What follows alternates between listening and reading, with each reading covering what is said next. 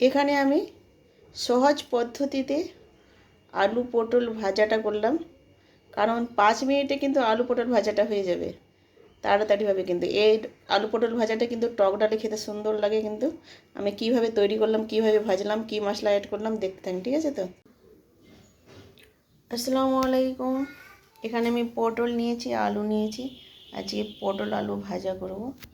গরম ভাতে কিন্তু দারুণ লাগে খেতে, আর টক ডাল, ঠিক আছে? তো দেখতে থাকেন। না পটলগুলো উপরের খোসাটাকে করে নেব। দেখো আমি এইভাবে করে নেব, দেখেন এইভাবে সবগুলো পটল করে নেব। দেখো কেটে নিয়েছি আমি, এবার ধুয়ে পরিষ্কার করে নেব। সব ধুয়ে পরিষ্কার করে নিয়েছি। এখানে আমি একটা পাতিল নিয়েছি, পাতিলে জল দিয়ে দেব। এটুকু দিলেই হবে।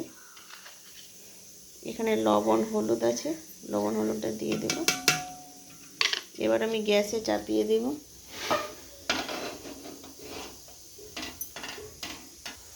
ফুটে গেছে, জলটা ফুটে গেছে। এবার আমি কাটানো পটল আলুটা দিয়ে দেব, ঢেকে দেব। 1 মিনিট পর ফিরে আসলাম। এখানে কিন্তু চামচ বা খুন্তি গড়ানো যাবে না, নাহলে ভেঙে যেতে পারে।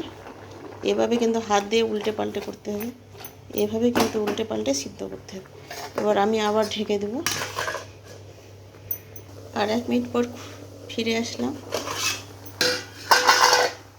সিদ্ধ কিন্তু হয়ে গেছে। জলটাকে শুকিয়ে নেব, আর ঢাকাবো না। এখানে পেঁয়াজ, 2টো লঙ্কা আর রসুন নিয়েছি, এগুলো কেটে নেব। এদিকে আমার জলটা শুকিয়ে গেছে। আলু পটলের গ্যাসটাকে বন্ধ করে দেব। দেখো পেঁয়াজ রসুনগুলো কাটা হয়ে গেছে। এবার পাতিলাটা আমি নামিয়ে নেব। গ্যাসে তাওয়াটা চাপিয়ে দেব। গ্যাসে তাওয়াটা চাপিয়ে দিলাম। তাওয়াটা গরম হয়ে গেছে, আমি তেল দিয়ে দেব।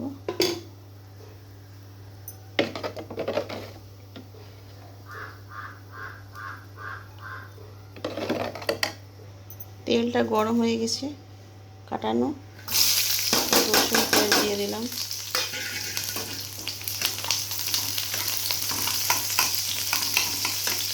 একটু ভাজা ভাজা করবো। দেখো বেশি আর ভাজবো না। এবার পটল আলুগুলো দিয়ে দেব।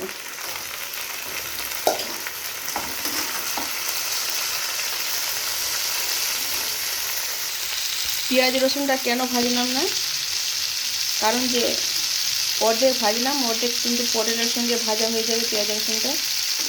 আর বেশি রকম ভেজে দিলে পরে কিন্তু কালো হয়ে যাবে, তেতো হয়ে যাবে। পটলের সঙ্গে আলুর সঙ্গে কিন্তু একসঙ্গে পেঁয়াজ রসুনটা ভাজা হবে, ঠিক আছে? তো এভাবে ভাজি করে দেখেন। পটল আলু ভাজাটা খেতে কিন্তু দারুণ লাগে। এর সঙ্গে কিন্তু টক ডাল কিন্তু দারুণ লাগে।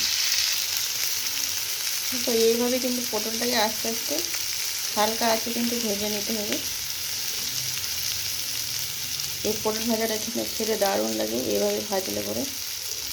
এভাবে ভেজে দেখবেন, আমার মতো দারুণ লাগে খেতে, কী বলবো, বলার কথা নয়। গরম ভাতে ভালো লাগে, টক ডাল দিয়েও ভালো লাগে। দেখো পটল ভাজাটা কিন্তু আবার হয়ে গেছে। দেখো আমি গ্যাসটাকে বন্ধ করে দিয়েছি, পটল ভাজাটা আমার হয়ে গেছে। দেখেন আমি কীভাবে পটলটা ভাজলাম।